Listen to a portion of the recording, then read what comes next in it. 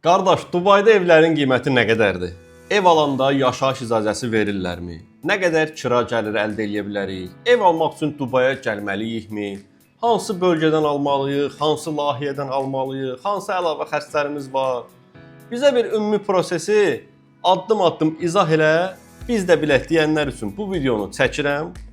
Əgər ki siz bu videoya baxırsınızsa, deməli bizə müraciətiniz daxil olubdur. Biz sizinlə Əzan gəldi, gözləyək.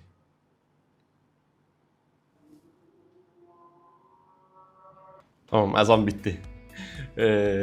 Əgər ki bu videoya baxırsınızsa, deməli bizə ya müraciətiniz daxil olubdur. Biz sizinlə bu videonu məlumat xarakteri üçün paylaşmışıq və yaxud da artıq özünüz ciddi şəkildə YouTube-da, Google-da Dubayda əmlak haqqında araşdırmalar edirsiniz və bu video sizin qarşınıza çıxıbdır. Hər iki halda siz doğru videodasınız. Mən Orxan Əvəzoğlu 6 ildir Dubayda yaşayan əmlak mütəxəssisi kimi bütün təcrübə və məlumatlarımı bu videoda sizinlə paylaşacağam. Yəni əvvəlcədən qeyd edim ki, xüsusən niyyəti ciddi olan şəxslər üçün bu video çox önəmlidir. Çünki siz hər hansısa bir ödənişli konsultasiyada belə bu qədər məlumatın hamısını bir yerdə tam və dolğun əldə etməniz mümkün deyil. Çünki video 1 saat, 2 saat arası olacaqdır. Hələ bilmirəm nə qədər olacaqdır. Amma uzun bir video olacaq. Bütün mövzular haqqında addım-addım proses necə olur danışacağam. Ona görə də çox uzun və önəmli bir videodur. Yəni əgər niyyətiniz ciddidirsə həqiqətən də mən tövsiyə edərdim ki, bir qələm və kağız götürüb videonu dayandıra-dayandıra baxaraq öz qeydlərinizi aparın. Çünki bu sizin gələcəkdəki investisiyanız üçün çox önəmli məlumatlardır. Tamam, özümüz haqqında məlumat verdik, videonun vacibliyi barədə sizə dedik. İndi keçək suallarımıza. Birinci sual. Dubayda evlərin başlanğıc qiyməti nə qədərdir? Yəni bu sualı verən şəxslər adətən minimum hansı büdcə ilə Dubayda ev ala bilərik sualını vermək istəyirlər. Mən bu sualın cavabını iki yerə ayırıram. Hazır əmlaklar və tikilməkdə olan əmlaklar. Hazır əmlaklar biz deyəndə hansı ki hazırdır, bütün ödənişi tam şəkildə nağd formada ödəyirsiniz, dərhal içinə girib yaşaya bilərsiniz və yaxud da dərhal kirayə verib qazanc əldə edə bilərsiniz. Hazır əmlaklarda başlanğıc qiymət Dubayda mən deyərdim ki 100 min dollardan başlayır. Nümunə üçün əgər ki alacaqsınız, tövsiyə üçün Dubai International City-ni buna misal gətirə bilərəm. Hansı ki 480-dən artıq bina var. 22 mindən artıq mənzil var, yəni böyük bir şəhərcikdir. Dubayın ən böyük inşaat şirkətlərindən biri Naxil tərəfindən layihə həyata keçirilibdir. Burada 45-40 kvadrat metrlik studio mənzillərin qiyməti hal-hazırda 100 min dollar civarıdır. Yəni 1 kvadrat metr mənzil təqribən 2200-2500 dollar arası dəyişir. Burada binaların ümumi yaşı 20 civarı olsa da, yəni 20 illik binalar Dubayda əslində Azərbaycanda belə deyil, amma Dubayda nisbətən köhnə hesab olunsa da, Naxil tərəfindən xüsusən inşa olunduğu üçün, idarə edildiyi üçün rəqiblərindən bənzər yaşda olan binalardan çox yaxşı keyfiyyətdədir və idarə edilməsi də bu məzmunda daha yaxşıdır. Və bir də ki, dedim ki, minimum qiymətdir yəni bu. Yəni kim ki deyir, qardaş, öz evim olsun, kirada qalmayım və yaxud da minimum əlimdə bu qədər pulum var, başqa pulum yoxdur, bir şey alım, kiraya verim deyirsinizsə, ən doğru seçim düşünürəm ki, International City olardı. Bəs tikilməkdə olan layihələrdə qiymətlər necədir? Azərbaycandakı kimi elə tikilməkdə olan həmişə ucuz olur. Sonra məsələn düşünürlər də ki, alaq, gözləyək, baha qiymətə təhvildən sonra sataq. Dubayda da bənzəri deyərdim, amma tam da sizin düşündüyünüz kimi deyil. İlk öncə qısa olaraq mən bu sualı cavablayacağam, qiymətlər neçədən başlayır. Daha sonra isə bu prosesin altında yatan bütün məsələləri, məlumatları sizinlə danışacağam ki, gələcək qərarlarınızda tam aydın olsun. İlk öncə qiymətini deyim. Dubayda tikilməkdə olan layihələrdə, yəni bir neçə il sonra təhvil veriləcək layihələrdə bütün ödənişi tək səfərdə bir dəfəyə ödəsəniz, qiymət 140-150 min dollardır. 35-40 kvadrat metr mənzillər üçün. Eyni layihədə mənzilləri desəniz ki, mən hissə ödəyim. Məsəl üçün 20% ilkin ödəniş edeyim, 80% isə bir neçə ildə ödəyim. Deyirsinizsə, Bu zaman isə qiymətlər 170-175 min dollarlardan başlayır. Bu sualımızın qısa cavabı. İndi isə keçək ciddi olanlar üçün, məsələnin dərinliyini başa düşmək istəyənlər üçün daha detallı məlumat verin. Yəqin ki, özünüz maraqlanırsınızsa görmüsünüz, onlarla layihə qabağınıza çıxır. Yəni, hansının da belə durub satış ofisinə getsəniz, inşaat şirkətlərinin, biri deyəcək ki, qardaş, bizim keyfiyyətimiz yaxşıdır, digəri deyəcək bizim idarə etməmiz yaxşıdır, lokasiya yaxşıdır. Yəni, bu yəni normaldır, hamı öz malını tərifləyəcəkdir. Bəs yaxşı, biz necə bilək ki, hansı inşaat şirkəti yaxşıdır? Yəni, yaxşı nə idi yaxşı? Yəni, hansı inşaat şirkətinə yatırım etməliyik? Hansı bizə yaxşı kira gəliri qazandırar? Hansı bizə yaxşı gəlir, dəyər artımı qazandırar? Hamı öz malına yaxşı deyirsə, onda necə qərar verək? Yəni, bu suala cavab vermək üçün mən öz 6 illik təcrübə və məlumatlarımı sizinlə paylaşacağam. İlk olaraq, məlumat olaraq deyim ki, Dubayda 2200-dən artıq inşaat şirkəti qeydiyyatdan keçib, kağız üstündə. Bu şirkətlərdən 300-ü aktiv olaraq fəaliyyət göstərirlər. Yəni, satışa layihə çıxadırlar, inşaatları davam edir, yəni gözlə görən inşaatları var. Bu inşaat şirkətlərinin içindənsə, mən deyərdim ki, 10-15 ən böyük inşaat şirkəti bazardakı ümumi payın 70%-dən artığına sahibdir. 300 inşaat şirkəti, 10-15 inşaat şirkəti ümumi bazarın 70%-nə hakimdir. Yəni, satışı edir, inşaatını edir. Və bu 10-15 inşaat şirkətindən 3-ü, 4-ü, hətta deyərdim struktur dəyişib. İkisi, yəni Dubai Holding, hansı ki daxilində var Dubai Properties, Naxil Meraz və Emar. Bunlar dövlətə bağlı olan şirkətlərdir. Dövlət layihələrini həyata keçirdilər. Bir növ dövlətin Dubai üzrə aldığı qərarları həyata keçirdilər. Və bu şirkətlər də bu 10-15 şirkətin idarə elədiyi payın 60-70%-ni idarə edilir. Yəni, ən güclü bazardakı aktyorlar dövlətə bağlı olan bu sadaladığım, hansı ki, Emar və Dubai Holdingə bağlı olan Naxil, Meraz, Dubai Properties şirkətləridir. Yəni, Dubai edən, Dubaiyə gələndə gördüyünüz, eşitdiyiniz yerlərin əsasını bu şirkətlər qoyubdur. Məsəl üçün, hamının bildiyi, ən azından eşitdiyi, gələndə gördüyü bir yer var. Burj Xəlifə, dünyanın ən hündür mərtəbəli binası, yanında dünyanın ən böyük molu, Dubai Mall. Bunlar Emar İnşaat şirkəti tərəfindən məqsədli şəkildə inşa olunubdur. Yəni, nə oldu? Çölün ortasında, xüsusən azizanlar xoşdurlar, ora çöldür. Səhranın ortasında burada bir dəyər yaradıldı. Dünyanın ən hündür binası, ən böyük molu bir diqqəti cəlb elədilər. Və bu dəyər Dubayın mərkəzi halına gətirildi. Ətrafda çoxsaylı Emarın yaşayış binaları tikildi və bugünkü hamının da bildiyi Dubai Downtown-u yaratdılar. Bununla bitdimi? Əlbəttə ki, yox. Və Downtown ətrafında olan bölgədə də düşündülər ki, artıq bir mərkəz var, turizm mərkəzi var, yaşam mərkəzi var. İş mərkəzi niyə olmasın? Qərara gəldilər ki, Business Bay, bugünkü adı ilə Business Bay ərazisini inşa etsinlər.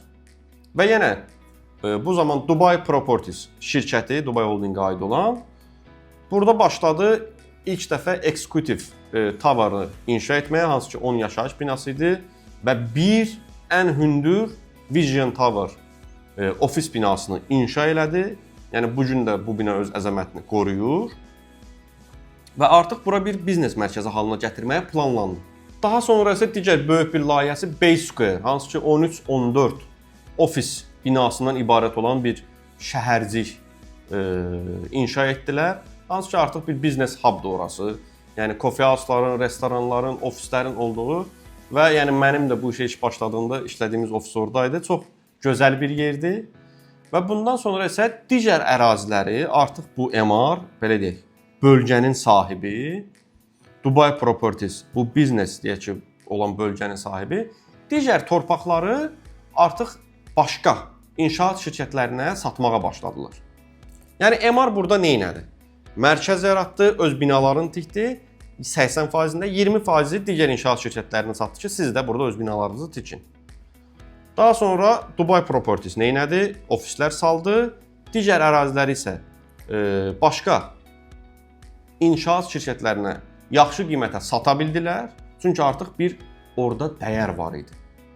Və bundan sonra deyək ki, Omniatdır, Select Groupdur, Deyardır.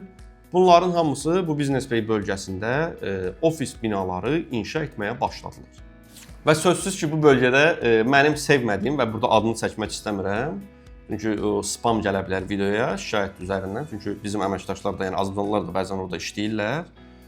Bu videoya baxıb yəni şikayət etmələrini istəmərəm.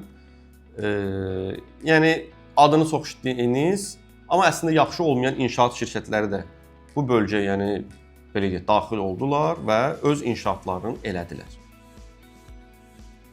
Yəni bunu sizə danışmaqda məqsədim odur ki, bu böyük şirkətlər bir yeri dəyər halına gətirirlər, ətrafdakı torpağın infrastrukturu yaradırlar və torpağı digər inşaat şirkətlərinə satırlar. Buna başqa misallar da göstərə bilərik. Məsələn, Naxil inşaat şirkətinin Palm adaları. O vaxtda hətta Azərbaycanda eşitdilər ki, yəni filan kəsin Palm adasında villası falan var. Yəni məşhurluğu azmana qədər yəni gəlib çatmışdı. Hansı ki, məsəl üçün burada görə bilərsiniz. Məsələn, burada Palm adası forması olan bu Naxil inşaat şirkəti tərəfindən inşa olunubdur. Bölgə Naxil tərəfindən inşa edilibdir. Buradakı binalar eyni inşaat şirkətinə hərəkət edilir və digər torpaq, kiçik torpaq sahələri artıq şəxslərə satılıb, orada villa tikə bilərlər və yaxud da bina inşa edə bilərlər. Amma yenə bölgənin bir 70%-ni Naxil tərəfindən idarə olunubdur. Burada bilmirəm görsənir yoxsa yox, kamerada yəqin görsənməz. Məsələn, orada digər Palm adasının daha böyük bir ada inşa ediblər. Orada isə sizə deyərdim ki, özəl tikintiyə hardasa çox az pay veriblər. Məsələn, bir 10% yəqin ki, orada özəl tikinti olacaq. O da əsasən villalarda. Digər isə böyük hissəsini tam bitməyib hələ, amma gördüyüm qədərilə Naxil özü inşa edəcəkdir. Yəni bu misalları çoxaltmaq olar. Məsələn, hamının gələndə bura getdiyi Dubaydakı ən böyük belə deyək də şeytan çarxı, karuselin olduğu Blue Water bölgəsi. Onun qarşısındakı GBR, məsələn, Meras inşaat şirkəti tərəfindən inşa olunubdur. Məsəl üçün burada gördüyünüz məsəl üçün Lamir çimərliyi yenə Meras inşaat şirkəti tərəfindən inşa olunubdur. Yəni xüsusən sahil turizm bölgələri biraz harda belə şık gördünüzsə, modern üslub gördünüzsə, bilin ki, orada mütləq Merasın imzası vardı, yəni mütləq. Yəni MR mərkəz yaratdı, Dubai Downtown, Dubai deyək ki, Marina, Naxil adalar inşa elədi, Palm adaları, Dünya adaları, böyük Palm Cəbəl Əli adası, Meras daha çox turistik yerləri, məsəl üçün Blue Waters Island, GBR çimərliyi, City Walk, Lamir. Yəni Dubai'nin təməlini, əsasını bunlar bir növ qoydular. İndi bunları niyə deyirəm? Əgər ki sizin 500.000 dollarınız varsa, yəni 100.000 dollar ilkin ödəniş edib, 400.000 dolları da bir neçə il ərzində, deyək ki 3-4 il ərzində ödəmə imkanınız varsa, yəni 90% bu inşaat şirkətlərindən gedib mənzil ala bilərsiniz. Yəni ən təhlükəsiz, kira gəliri nisbətən aşağı olsa da uzun dönəmdə qiymətini qoruyub saxlayan və qiyməti artan, dəyərlənən layihələr və bölgələr 90% bu inşaat şirkətlərinə aiddir. Deyə bilərsiniz, qardaş, bəndə o biri şirkətlər nə olur? Bir belə cəmaət o biri şirkətlərdən alır. Əlbəttə ki, burada birinci, mənə görə, çox adam demək istəmir, sonda deyir büdcəni, amma büdcə rol oynayır. Yəni, əgər ki, büdcəniz daha aşağıdırsa, məsəl üçün, ilkin olaraq dediyim gibi 170-180 min dollar civarlarında bir ödənişi hissə və yaxud da 100 min dollar civarında ödənişi tam şəkildə edə bilərsinizsə, artıq digər bölgələrə yönələ bilərsiniz. Nə zaman ki, sizin büdcəniz bu qədər deyil, daha aşağıdır. Məsəl üçün, deyək ki, dediyim kimi 170-200 min dollar civarında büdcələriniz var. Yəni, ilkin ödəniş deyək ki, 35 min dollar eləyə bilirsiniz. Bir 120-130 min dolları da siz 3-4 il ərzində məsəl üçün ödəyə bilirsinizsə, artıq digər hökumət yox, bu ilk 10-15-də olan inşaat şirkətlərinə baxmanız daha məqsədə uyğun olur. Yəni mən ən son variant kimi artıq butik developerlərə, hansı ki o 300 developer vardı, onlara baxmanızı tövsiyə edərdim. Yəni xüsusi istisna hallarda əslində orada da yaxşı variantlar olur. Amma bunun üçün bazarı mütləq izləməlisiniz. Yəni bazar təcrübəniz mütləqdir. Çünki artıq siz bu top 10-15-də olan developerlərə baxsanız belə, dediyim kimi reklamlar səbəbindən, hamının özü tərifləməyə səbəbindən çıxış yolu tapmağınız xeyli çətindir. Yaxşı olar ki, bazarı bilən bir şəxslə davam edəsiniz. Yox, əgər özünüz də davam etmək istəyirsinizsə, mən sizə bir neçə maddə deyəcəm ki, onlara nəzarət edərək ən azından doğru seçim edə bilərsiniz. Bu, inşaat şirkətlərinin layihələri arasında. Deməli, birinci maddə bölgə. Yəni, bölgə Dubayda çox önəmlidir. Bəzi bölgələr var ki, kira gəliri üçün yaxşıdır, digər bölgələr var, dəyər artımı üçün yaxşıdır, digər bölgə var, günlük kira üçün yaxşıdır. Yəni, sizin məqsədinizə uyğun Dubayda bölgə var. Yəni, burada əgər məqsədinizi bilsəniz, ona uyğun bölgənizi düzgün seçməlisiniz. İkinci maddə təhvil vaxtı. Dubayda evlərin qanun ilə inşaat şirkətləri SPA-də, yəni satış müqaviləsində, Sales Purchasing Agreement-də 6 aydan bir ilə qədər qanuni gecikdirmə haqqları var. Yəni, bunu çox vaxt sizə demirlər. Amma praktikada görürük ki, gecikdirmələr olur. Bəs bunu necə bilə bilərik ki, bizim aldığımız layihə gecikəcək yoxsa? Bunun ən düzgün yolu keçmişə baxmaqlandır. İnşaat şirkətinin bundan qabaq təhvil verdiyi layihələrə baxın. Nə vaxt söz veribdi, nə vaxt təhvil veribdi. Buna baxsanız, növbəti layihələrdə böyük ehtimalla əgər gecikibsə gecikəcək, əgər vaxtında təhvil verilibsə, yenə də vaxtında təhvil veriləcək. Binanın keyfiyyəti. Yəni Dubaydır, müəyyən standartlar var, amma heç də bütün binaların keyfiyyəti eyni deyil. Əlbəttə ki, keyfiyyət sizin yatırımınıza və ya da yaşadığınız evə çox böyük təsir edir. Yəni gələcək illərdə mütləq ki, özünü göstərir. Bunu da necə yoxlaya bilərsiniz? Mən tövsiyə edirəm ki, Dubaydasınızsa, binada yaşayan insanlarla və yaxud da ən azından binaya gedib özünüz baxa bilərsiniz. Əgər anlayışınız varsa və yaxud da bilən bir adamla gedə bilərsiniz. Və onlayn olaraq da Google-dan binanı yazıb, yəni bu çox önəmlidir, reviewlarına baxa bilərsiniz. Orada yaşayanlar artıq hansı nöqsanlar varsa bu barədə sizə məlumat verəcəklər. Və yaxud da mənim kimi bölgəni bilən bir əmlakçı ilə əlaqə saxlayırsınız. O bina haqqında nə var, nə yox, nə söz-söhbət var. Onlar haqqında bütün məlumatı sizə deyirik. Və dördüncü, ən önəmli olan mənə görə binanın idarə edilməsi, building management. Bu çox önəmlidir. Çünki bəzən bina inşaat bitdikdən sonra gəlirlər ora 500-600 dollara Hindistanlı işçiləri qoyurlar.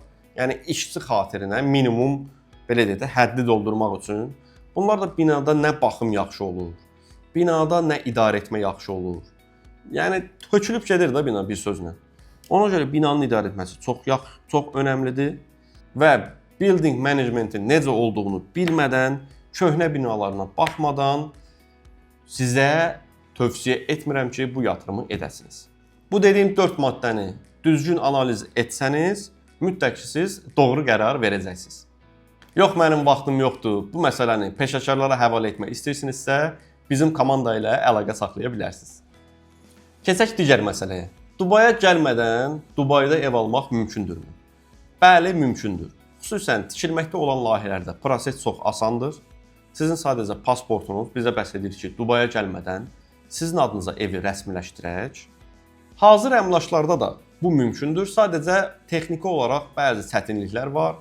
Məsəl üçün, siz bizə Power of Attorney dediyimiz etibarnamə verməlisiniz. Bank hesabının açılmağına, evin sizin adınıza alqı-satqı etməyə. Yəni, mən düşünürəm ki, əgər hazır əmlak alacaqsınızsa, özünüzün Dubaya gəlməyiniz, bizimlə birlikdə mənzilə baxmağınız, yerində qərar verib və buna görə addımlamağınız daha məqsədə uyğun olardı. Ən azından alqı-satqıya kimi biz bütün məsələləri həll edərdik. Notariusa gedişdə özünüzün Dubayda olması daha məqsədə uyğundur. İndi isə keçək kira gəlirinə. İnsanların ən çox soruşduğu, qardaş, nə qədər kira gəlir əldə edə bilərik? Yəni, Azərbaycanla müqayisə edirlər, Türkiyə, Avropa və Amerika ilə. Mən sizə deyə bilərəm ki, Dubayda kira gəliri əlinizə net, xeyir, xalis gəlir, digər ölkələrdən müqayisədə daha yaxşıdır. Yəni dünyanın ən yaxşı yerlərindən 3 yerindən biridir deyə bilərik. Ümumi olaraq 4%-dən 10%-ə qədər gəlir əldə edə bilərsiniz. Məsəl üçün 1 milyona aldığınız bir yerdən illik olaraq 40 min, 100 min arası bir kira gəliri əldə edə bilərsiniz. Yəni indi deyə bilərsiniz ki, qardaş, bu niyə bu qədər yəni fərqlidir? 40 min, 100 min və yaxud da 100 min kira gəliri gətirən yer var ikən biz niyə gedək 40 min gəlir gətirən yeri alaq? Yəni bu sualları verməyiniz çox yerindədir və daşınmaz əmlak investisiyanın əsas məntiqini göstərir. Yəni burada sizin niyyətiniz önəmlidir. Əgər ki siz desəniz, Orxan, qardaş, biz ev alaq, ancaq kira gəlir bizim üçün maraqlıdır. Biz bu zaman sizə kira gəlirinin yüksək olduğu, məsəl üçün hamının adını eşitdik, GVC, Jumeirah Village Circle, GVT, Sport City, Motor City, Production City, Arjan, yəni belə göstərim. GVC və bunun ətrafında olan bu bölgələri, bu 5-6 bölgəni göstərə bilərəm. Səbəb nədir? Çünki bu bölgələr öncəki sualda dediyim kimi, yəni 170 min dollardan bu bölgələrdə yatırım eləyə bilirsiniz. Yəni giriş qiyməti aşağıdır. Və burada görə bilərsiniz, yəni buradan yuxarıda Dubai Marina ərazisinə və buradan ana yol ilə Dubai Downtown bölgəsinə ortaq yerləşir deyə insanlar bura yaşamağa meyl edirlər və bu da kira qiymətini yüksək edir. Və bu bölgələrdə Azərbaycanda komendant pulu dediyimiz, burada servis charge ki, kifayət qədər yüksək məbləğdir Azərbaycanla müqayisədə və mütləq ev sahibi tərəfindən ödənilir deyə və bu bölgədə də bu qiymət aşağı olduğu üçün kira gəlirlərinə müsbət təsir edir. Məsələn, bu bölgələrdə 1 kvadrat metrin qiyməti ortalama 40-50 dollardır. Məsəl üçün, siz 50 kvadrat metrlik bir mənzil aldınız, bu zaman siz təqribi olaraq 2000-2500 dollar servis charge ödəyirsiniz. Yəni komendant pulu ödəyirsiniz. Yəni giriş qiymətinin uyğun olması, şəhərin hər tərəfinə yaxın olması, servis charge'ın aşağı olması bu bölgələrdə arovay illik kira gəlirinin 7-8, bəzən 9%-ə qədər olmasını təmin edir. Digər tərəfdə premium bölgələrdə isə kira gəliri daha aşağıdır.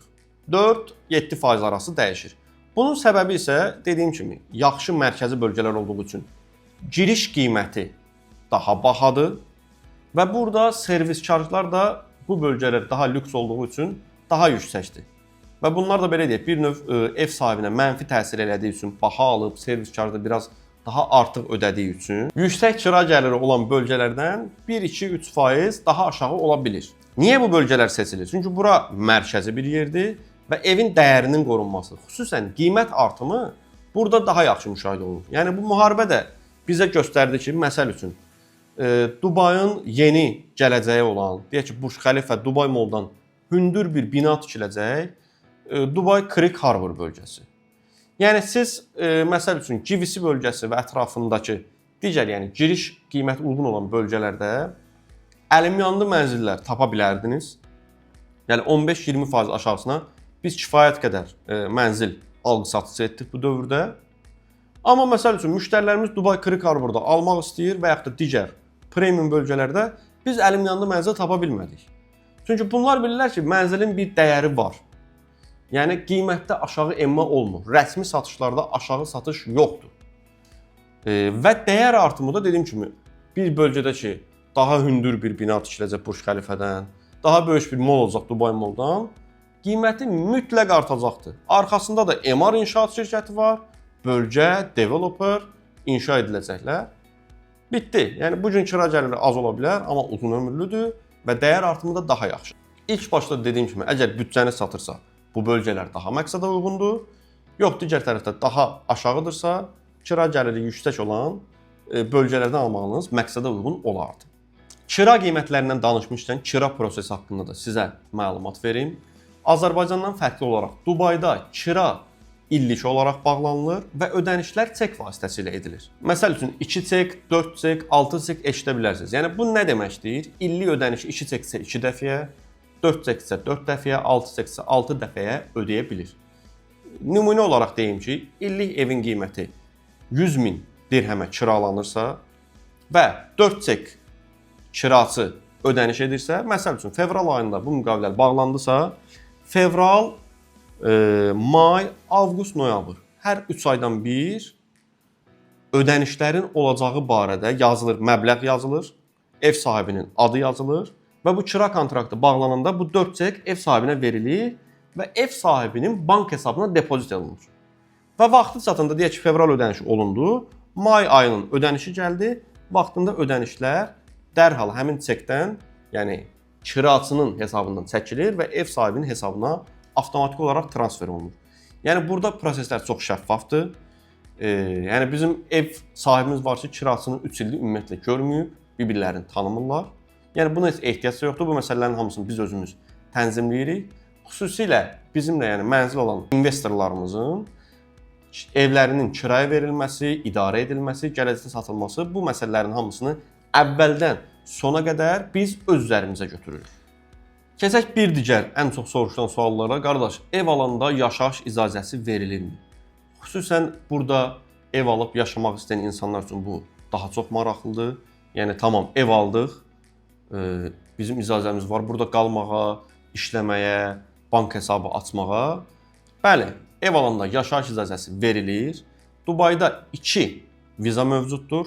2 illik və 10 illik. 750 min dirhəm, yəni 205 min dollar və üzərində bir əmlak aldığınızda sizə, həyat yoldaşınıza və övladlarınıza 2 illik oturum izni verilir. 2 milyon dirhəm, yəni 550 min dolların üzərində bir əmlak aldığınızda isə sizə, həyat yoldaşınıza, övladlarınıza, hətta valideynlərinizə belə 10 illik golden viza verilir. Bunların fərqi ondan ibarətdir ki, biri 2 ildən bir yenilənir, digəri isə 10 ildən bir yenilənir. Və golden viza təqribən Ərəb Əmirli vətəndaşların hüquqlarının bir çoxuna sahibdirlər. Hətta xaricdə hər hansısa bir hadisə baş versə belə, sizin əgər golden vizanız varsa, səfirliyə müraciət eləyib sizi Ərəb Əmirliyinə təxliyə etmələrinizi belə tələb edə bilərsiniz. Ümumi olaraq isə dövlət rüsumları vizaların alınmaq üçün 3000 dollar civarı dəyişir.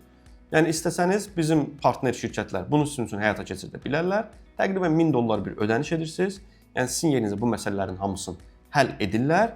Amma özünüz mütləq şəkildə Dubayda olmalısınız. Ən azı 5 gün. Məsəl üçün bazar günü axşam gəldiniz.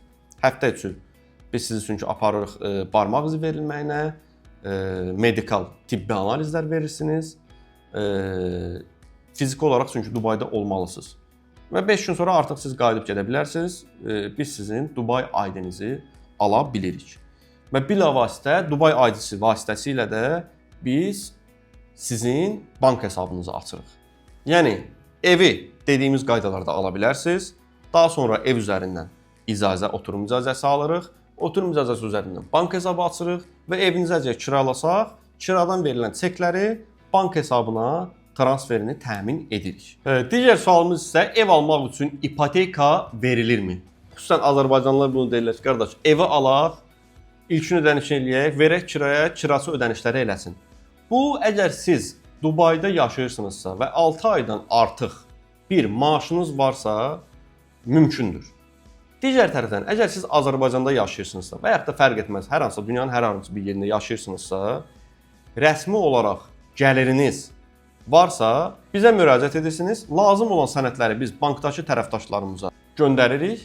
Daha sonra 2-4 həftə ərzində sizə ipoteka verilirmi, verilməzmi?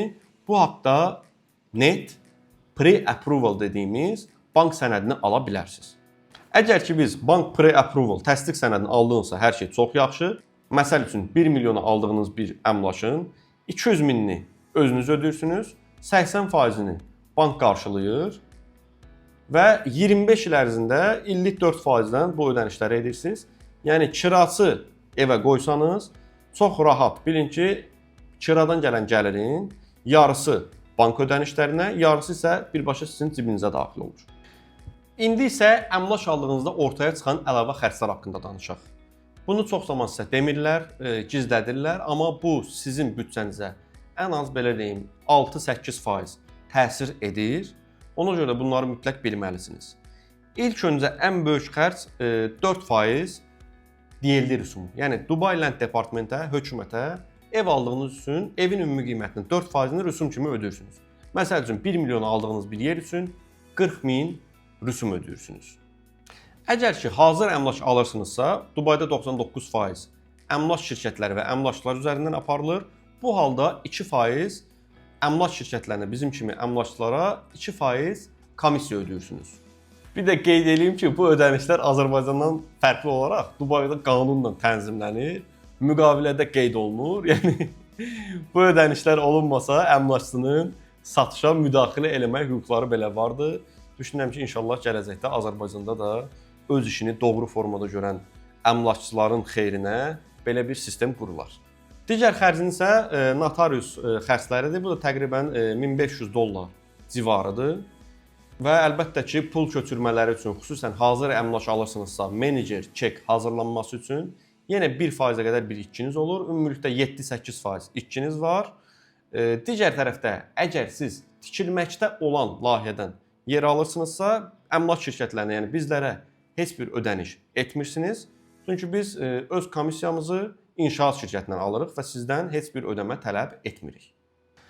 Dubayda tikilməkdə olan layihələrə Azərbaycandan və dünyanın hər bir yerindən yatırım, investisiya edməsinin əsas səbəbi, fərqi odur ki, burada escrow hesabı mövcuddur.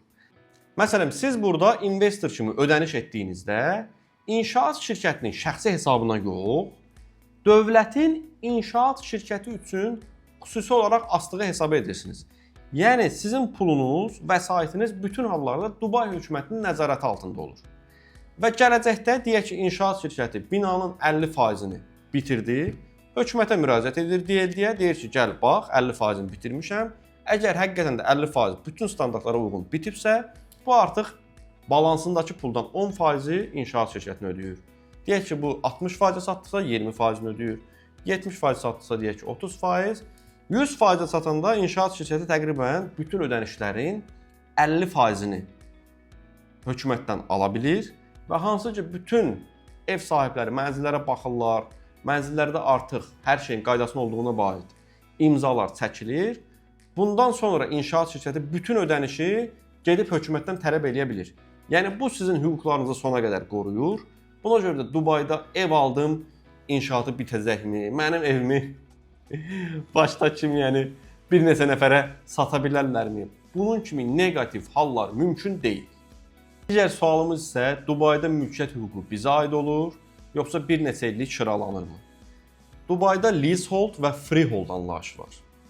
Freehold nədir? Mənim indiyə qədər sizə bu dediklərim, hansı ki, Dubai Downtown, Dubai Marina, Palm adaları, bütün bu dövlət şirkətinin yaratdığı və digər o $170.000-dan başlayan qiymətlərlə ala biləcəyiniz bütün layihələrin hamısı freehold bölgələrdə yerləşir. Yəni burada 100% mülkiyyət hüququ sizindir, sizdən sonra sizin varislərinizə verilir və heç bir halda dövlətə məxsus deyil. Digər tərəfdən leasehold bölgələr isə daha çox kommersial bölgələrdədir. Məsəl üçün Palm Cəbələri tərəfdə liman bölgəsində, deyək ki, alqoz, məsəl üçün anbarların, zavodların, fabriklərin yerləşdiyi bölgələrdə leasehold bölgələrdir ki, burada ancaq yerli vətəndaşlar və yaxud da körfəz ölkələrinin vətəndaşları mülk sahibi ola bilərlər. Dubayda vergi varmı? Xeyr, Dubayda kira gəliri üzərindən heç bir vergi yoxdur. Bildiyim qədərilə Azərbaycanda artıq bu ildən 10% vergi tətbiq olunacaqdır. Düzdür, hələ struktur müəyyən olunmayıb. Amma Dubayda kira gəlirindən fərdi olaraq heç bir vergi ödəmirsiniz və evi alıb satdığınızda əgər gəlir qazanırsınızsa da yenə heç bir vergi ödəmirsiniz. İndi isə daha çox kripto traderlərin soruşduğu sual, Dubayda kripto pul ilə ev almaq mümkündürmü? Bəli, Dubayda kripto tam olaraq legaldır və hətta bəzi inşaat şirkətlərinin kripto hesabları belə mövcuddur. Yəni siz %100 hüquqi və qanuni yolla Dubayda kripto vasitəsilə mülk ala bilərsiniz. Dubayda ev alanda ən çox soruşulan suallar və lazım olan məlumatlar videomuzun sonuna gəldik, çatdıq. Düşünürəm ki, sizin üçün faydalı oldu. Əgər faydalı oldusa, zəhmət olmasa videomuzu bəyənib kanalımıza abunə olmağı unutmayın və əgər hər hansısa bir dostunuz, tanışınız ev almaq istəyirsə, bu videonu ona göndərməyi unutmayın və başqa da bir sualınız varsa, siz aşağıda şərhlərdə mütləq qeyd edin. Mən özüm şəxsən bunların hamısını oxuyuram və sizin suallarınıza aid hətta başqa bir videolar da çəkə bilərəm. Və əgər siz Dubayda əmlak almaq istəyirsiniz və bunun üçün etibarlı, təcrübəli tərəfdaşa ehtiyacınız varsa, mən Orxan Hümbətov 6 ildir Dubayda yaşayan əmlak mütəxəssisi olaraq komandamla birlikdə bütün proseslərdə sizin tələbinizin müəyyən olunması, ona uyğun qərarların verilməsi, evin alınması, kiraya verilməsi, sizə oturum izninin alınması, bank hesabının açılması, daha sonra hətta evin satılmasını belə özümüz komandamızla birlikdə idarə edirik. Əgər bizdən məsləhət tələbiniz olsa, aşağıdakı veb saytımızdan və yaxud da WhatsApp nömrələrimizdən bizimlə əlaqə saxlaya bilərsiniz. Təşəkkürlər.